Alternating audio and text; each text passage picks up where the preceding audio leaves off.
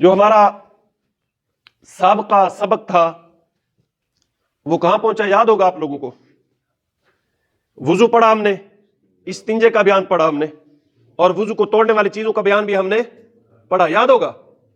وضو کو توڑنے والی چیزیں بھی پڑھ لی, اور وضو کے تھوڑے سے مکروہات بھی ہم نے پڑھے, اور وضو کا سنت طریقہ بھی ہم نے سننے کی سمجھنے کی کوشش کی. چلے آپ توجہ فرمائیں, ہم اپنا سبق شروع کریں. آج کا جو ہمارا پہلا سبق ہے وہ کیا ہے؟ موضع پر مسح.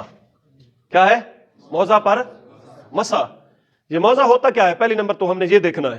یہ موضع پاؤں کے اندر پہنا جاتا ہے, اور یہ چمڑے کا ہوتا ہے ہمیشہ. کیا ہوتا ہے؟ چمڑے کا. اگر یہ کوئی کہے کہ جو جرابیں پہن رکھی ہیں ان پر مسح, تو ان پر مسح ٹھیک نہیں ہے, اور نہ ہی اس کا وضو ہوگا. بات سمجھ آئی؟ یہ موضع جو ہے یہ اس کا چمڑے کا ہونا ضروری ہے, اور اگر اوپر نہیں تو نیچے والا جو تلا ہے, نیچے جہاں سے پاؤں رہے گا, اس کا جو نیچے والا حصہ ہے وہ چمڑے کا ہونا ضروری ہے. اوپر جو ہے وہ کسی ایسی موٹی چیز کا برابر جو اس کے ہو سکتا ہے, اس میں پریشانی والی بات نہیں. جو نیچے والا حصہ ہے اس کا چمڑے کا ہونا ضروری ہے. اب اس کے علاوہ جو عام صورت میں لوگ پوچھتے ہیں, سوتی, اونی, ان کپڑوں کا جو ہوتا ہے, جرابیں وغیرہ بنی ہوتی ہیں, اس پر پوچھتے ہیں, یا اس قسم کا کوئی موزہ نما کسی نے بنایا ہے تو ان پر مسح جائز نہیں ہے, اسے اتار کر پاؤں دھونا ہوں گے. اب ہم نے دیکھنا یہ ہے جو موزہ ہے یہ اتنا ہونا چاہیے, یہ ٹخنے دیکھیں میرے, یہ ٹخنے چھپ جائیں, ٹخنے سے تھوڑا سا اوپر بھی ہو. بالفرض کسی کا ایسا ہے تھوڑا سا ایسے نیچے بھی ہے, باوجود کس کے پھر بھی اس کا مسح اس پر درست ہو جائے گا. لیکن یہ ہے کہ ٹخنا چھپا ہو, ٹخنے سے تھوڑا سا اوپر تک موزہ ہونا ضروری ہے. اب یہ پاؤں سے اس حساب کا ہو کہ چلنے میں پریشان نہ کرے, آسانی کے ساتھ بندہ چل بھی سکتا ہو. ایسا نہیں ہونا چاہیے جس سے بندہ چل بھی نہ سکے موزے سے, یہ درست نہیں ہوگا. اب جو موزہ ہے اس پر مسح کیسے ہم نے کرنا ہے؟ مسح آپ مجھے دیکھیں گے, یہ 3 انگلیاں دیکھی ہیں, کون سی؟ چھوٹی, اس طرح والی 3 انگلیاں, اس ہاتھ کی اور اس ہاتھ کی, یہ دیکھیں ہے نا. پانی کے ساتھ انہیں بھگو لینا ہے, یا پانی لینا ہے جیسے تر کرتے ہیں, یا مسح کے لیے جو سر کا مسح کرتے ہیں پانی لیتے نہیں ہیں, اس طرح پانی لیا. یہ سامنے کا ایسے موزہ پہنا ہوا ہے, یہ سامنے 3 انگلیاں بالکل برابر جہاں سے پاؤں شروع ہو رہا ہے یہاں رکھیں گے, اور اوپر یہاں تک جو ٹخنے وغیرہ پنڈلی اوپر جسے بولتے ہیں یہاں تک کھینچ کر لے آئیں گے. اس پاؤں کا اوپر سے اور اس کا بھی 3 انگلیاں سے اسی طرح یہاں سے رکھیں گے, کھینچ کر لائیں گے, تو یہ ہمارا مسح مکمل ہو جائے گا. صرف اتنا ہی مسح ہے, اس کے نیچے نہیں ہے کوئی نیچے دھوتا رہے, نہ نہ نہ. یہ حالانکہ ہونا ایسے چاہیے تھا, گندگی وغیرہ تو نیچے لگتی ہے, لیکن نہیں, یہ سونے محبوب کریم نے مسح کیا ہمارے لیے, تو محبوب کریم کی جو ادائیں ہیں وہ لازمی ہو گئی. سمجھ آگئی بات کی؟ اس کا مسح کا یہی طریقہ ہے. سمجھ آگئی بات کی یا ابھی نہیں آئی کسی کو؟ دیکھ لیا موزے کا جو مسح ہے اس کے اوپر سامنے 3 انگلیوں سے ایسے اور دوسرے ایسے, یہ مسح ہے. اب ایک اور مسئلہ اس کے اندر, اس مسح کی مدت کتنی ہے؟ اب مثال کے طور پہ مقیم بندہ ہے, گھر کے اندر ہے, مسافر نہیں ہے, وہ 1 دن 1 رات اس پر مسح کر سکتا ہے. کتنا؟ 1 دن اور 1 رات. جو مسافر ہے وہ 3 دن 3 رات اس پر مسح کر سکتا ہے. وہ کیسے؟ تھوڑا سا سمجھیں. وہ یہ کہ جب آپ نے موزہ پہننا ہے آپ نے پہلے وضو کیا ہوا ہو, پاؤں دھویا ہوا ہو, وضو آپ کا وضو, اگر وضو نہیں ہے تو پھر اس وقت موزہ آپ کا استعمال نہیں ہوگا. غسل کی حاجت ہے تو وہ بھی کیا ہوا ہو, یہ ساری چیزیں پہلے ہونا ضروری ہے. اب آپ نے وضو کر لیا, اس کے بعد موزہ پہن لیا, ابھی آپ کے موزے کی جو مدت وقت ہے شروع نہیں ہوا. پہن تو لیا, شروع نہیں ہوا. شروع کس وقت ہوگا؟ 1 گھنٹہ 2 گھنٹے 4 گھنٹے 5 گھنٹے تک آپ کا وضو رہا, سارا دن رہا, وضو ٹوٹے گا. باقی وضو کریں گے, پھر اس کا مسح کریں گے, مسح کرنے کے بعد اس کی مدت شروع ہو جائے گی. 1 دن 1 رات جو پورا اس کے گھنٹے بنتے ہیں آپ پورا کریں گے, اور پورا کرنے کے بعد اس کی مدت ختم ہو جائے گی. دوبارہ اتار کر پھر سے پاؤں دھو کر پھر آپ کو پہننا ہوگا. ٹھیک ہے؟ جو مسافر ہے, سفر میں ہے, جو شرعی اس پر جو نماز کے اندر جو تخفیف ہے, ٹھیک ہے نا, تو مسافر کے لیے جو رعایت ہے، ایسا مسافر جب سفر کے لیے نکلتا ہے تو اس کے لیے موزے کی مدت 3 دن 3 راتیں ہیں. کتنی؟ اس کا طریقہ بھی یہی ہے کہ جب وضو کر لے گا، وضو کرنے کے بعد وضو ٹوٹے گا، دوبارہ وضو کرے گا، اس کا مسح کرے گا تو اس کا وقت شروع ہو جائے گا. یہ ہے جو موزہ پہنتے ہیں. ہاں، کل یا پرسوں بھی دوست کوئی بات کر رہا تھا، جرابوں کے اوپر لوگ آتے کر دیتے ہیں. میں نے پہلے کہہ دیا کہ ان جرابوں پر مسح نہیں ہوتا. ایک اور چیز ہے جس پر مسح ہو سکتا ہے.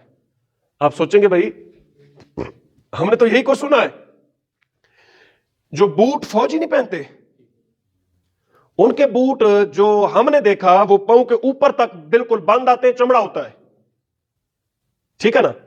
اس قسم کا اگر کوئی بوٹ ہے جو بند ہے اوپر تک آتا ہے، آئی سمجھ، اس بوٹ کے اوپر مسح کیا جا سکتا ہے. کہ جو فوجی ہوتا ہے اس کے لیے تو وہ اپنا اسی بوٹ کے اندر نماز بھی پڑھ سکتا ہے. اور جو جنگ کی حالت ہوتی ہے تو وہ حالت ایسی ہوتی ہے نماز پڑھنے کا. آپ طریقہ دیکھیں کیسے آئے کھڑے کھڑے کیسے نماز پڑھیں، ایک رکعت پڑھے دوسرا پڑھے، آپ حیران ہو جائیں گے وہ نماز پڑھیں گے کیسے.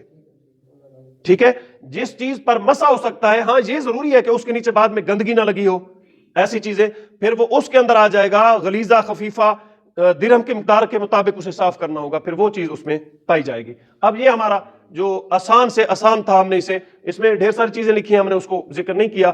جو آسان سے آسان تھا موزے کا مسح ہم نے آپ کو بتا دیا. اب اگلا جو ہمارا سبق ہے وہ ہے تیمم.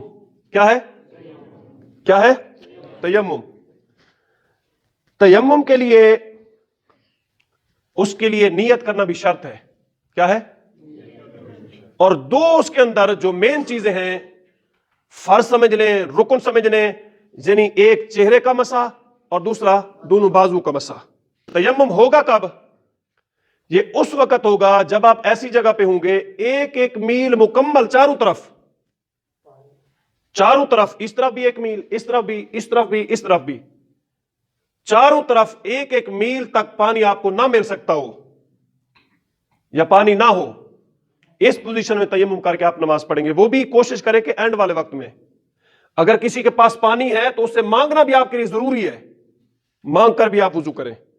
اچھا، ایک اور بات، یہ تو بات ہو گئی جو ایک واضح طور پہ آپ کو بتا دیا گیا کہ میل تک پانی نہ ہو تو آپ تیمم کریں، اپنی نماز پڑھیں. ٹھیک ہے، اگر اتنے فاصلے کے اندر غسل کی حاجت ہے، غسل واجب ہو گیا، اس کے لیے بھی یہی تیمم آپ کر کے سارا کچھ کر سکتے ہیں. جو تیمم کا طریقہ میں آپ کو بتاؤں گا، غسل کے لیے بھی 1 میل تک پانی نہیں ہے تو آپ جو وضو کے لیے تیمم کریں گے، غسل کے لیے وہی تیمم کریں گے، الگ سے کوئی نہیں ہے. طریقہ بھی ایک ہوگا. اور نمبر 2 چیزیں ایسی ہیں جن کے لیے تیمم کیا جا سکتا ہے مزید بھی. نمبر 1، جنازہ حاضر ہے. کیا ہے؟ جنازہ. اور اتنا وقت نہیں ہے کہ بندہ وضو کرے اور جنازے کو پا لے، چونکہ مختصر سا وقت ہوتا ہے جنازے میں. جنازہ کے لیے تیمم کر کے جلدی امام صاحب نہ ہوں، یہ بھی خیال کرنا ہے. امام صاحب وضو کر کے آئے پہلے، مقتدی کی بات ہے، تو جنازہ کے لیے وہ تیمم کر کے جنازہ پڑھ سکتا ہے. نمبر 2، جو ولی اقرب ہے وہ بھی تیمم نہ کرے، وہ بھی وضو کے ساتھ آئے. یعنی جو میت کا بڑا ہوتا ہے نا، بیٹا ہے، باپ ہے، جو بھی ہے ولی اقرب ہم اسے کہتے ہیں، وہ بھی وضو کے ساتھ ہے. اگر اس نے وضو نہیں کیا وہ تیمم کرے نہیں، وہ تو روک سکتا ہے جنازے کو، روک کر اپنا وضو کرے اور پھر جنازہ پڑھے. ایک اور چیز ہے، ایک جنازہ کے لیے، اس کے لیے میں نے آپ کو یہ نہیں کہا کہ آپ مستقل تیمم کر کے جنازہ پڑھیں. سمجھنے میں فرق ہو جاتا ہے نا، بسا اوقات لوگ کہتے ہیں یہ اس وقت ہے جب بالکل جنازہ شروع ہو گیا، شروع ہونے والا ہے کہ آپ وضو کریں گے یا جگہ دور ہے تو جنازہ نکل جائے گا تو بس آپ تیمم کریں، جنازے میں شامل ہو جائیں. اتنی آپ کو اجازت ہے. یہاں 1-2 میل پانی بھی نہیں دیکھا جائے گا. ایک اور چیز وہ یہ ہے کہ عیدین کی نماز، کس کی؟ عیدین. چونکہ اس کی جماعت کا بھی اعادہ نہیں ہوتا، جس سے رہ گئی تو پھر رہ گئی. عید کی نماز کا وقت اتنا تھا کہ آپ اگر وضو کرتے تو جماعت چلی جاتی. اس پوزیشن کے اندر بھی اتنے لیٹ ہو گئے، حالانکہ عیدوں میں لیٹ ہوتے نہیں، ٹائم سے پہلے تیار ہو جاتے ہیں. اچھا، بندہ ہوا، جماعت کھڑی ہونے لگی، اس کا وضو ٹوٹ گیا. یہ بھی ہوتا ہے، کیوں نہیں، بندہ ہے، اس کے ساتھ یہ چیزیں موجود ہیں، وضو ٹوٹ گیا. اب وہ وضو کرتا ہے تو جماعت مکمل نکل جائے گی، 1 رکعت بھی نہیں ملتی، کچھ بھی نہیں ملتا. اس پوزیشن میں اس بندے کے لیے بھی اجازت ہے تیمم کرے, اپنی نماز پڑھ لے. بس دو چیزیں. اب ہم آ جائیں گے تیمم کی طرف.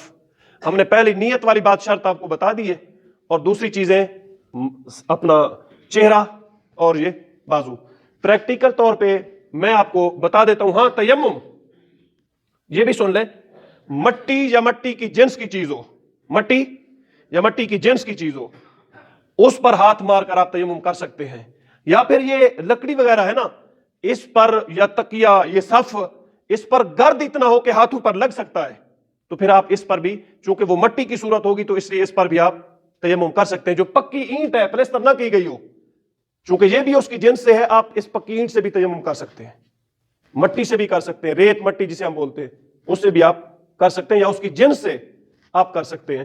لوہا وغیرہ, تانبا, یہ باقی چیزیں جو پک جاتی ہیں, یہ سارا کچھ ہوتا ہے, یہ الگ بات ہے.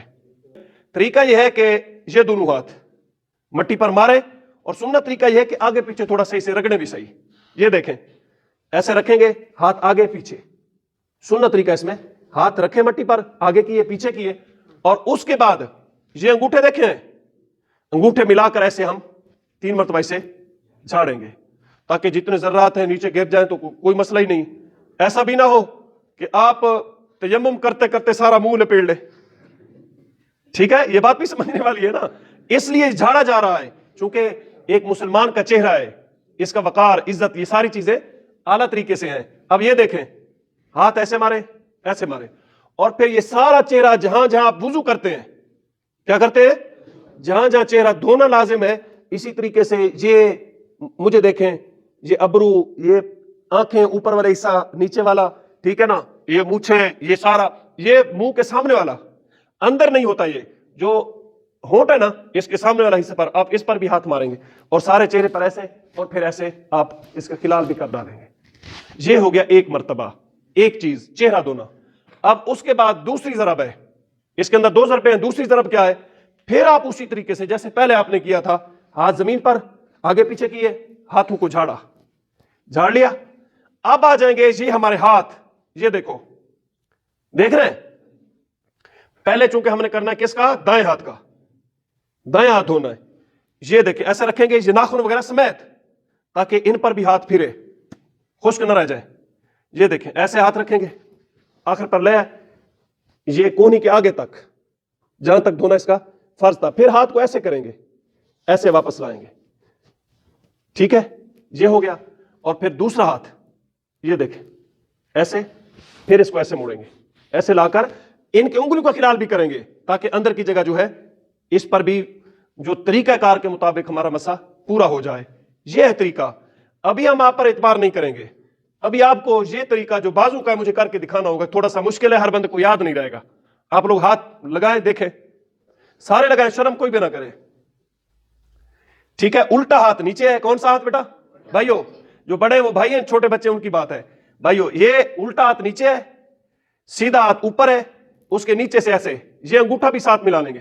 ادھر سے دیکھا ہے ایسے, یہ انگوٹھا, یہ سارے ایسے آ گیا, واپسی پر ایسے کریں گے, واپس آئے گا, تو یہ ہمارا ہاتھ مکمل.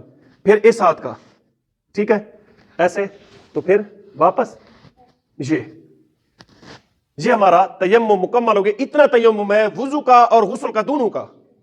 اس میں 1-2 باتیں مزید ہیں, وہ آپ سماعت فرمائیں, پھر اپنی بات ختم کریں. وہ یہ کہ یہ تیمم ختم کب ہوتا ہے, کر تو لیا. نمبر 1, جن چیزوں سے وضو ٹوٹتا ہے یہ تیمم بھی ٹوٹ جاتا ہے. ہوا کا خارج ہونا, پخانا, پیشاب, ٹھیک ہے نا, جو چیزیں اس میں پڑی تھیں, جن چیزوں سے وضو ٹوٹتا ہے تیمم بھی. اس میں ایک چیز اضافی ہے, وہ کیا ہے, میل پانی نہیں تھا, آپ نے تیمم کیا, نماز پڑھی, اور جب آپ چلیں گے پانی پر قادر ہوں گے تیمم ٹوٹ جائے گا. جب پانی پر قادر ہو جائیں گے نا, پانی پر دسترس حاصل کر لی, یا ایسی جگہ پر تھے کہ ظالم تھا, پانی نہیں دے رہا تھا, باوجود کوشش کے نہیں لے سکتے تھے, نقصان دیتا, ٹھیک ہے نا, تو جب بھی آپ پانی پر قادر ہوں گے, قدرت حاصل ہوگی, آپ کا تیمم ختم, آپ اپنا وضو کریں گے. یہ ہمارا آج کا جو سبق تھا, موزے پر مسح کرنے کا طریقہ, اور تیمم کس چیز سے ہو سکتا ہے, کیسے ہوتا ہے, یہ سارا عملی طریقہ ہم نے آپ کو بتا دیا. اللہ تعالیٰ کی بارگاہ میں التجا ہے کہ مالک مولا مجھے اور آپ کو عمل کی توفیق عطا فرمائے. ٹھیک ہے.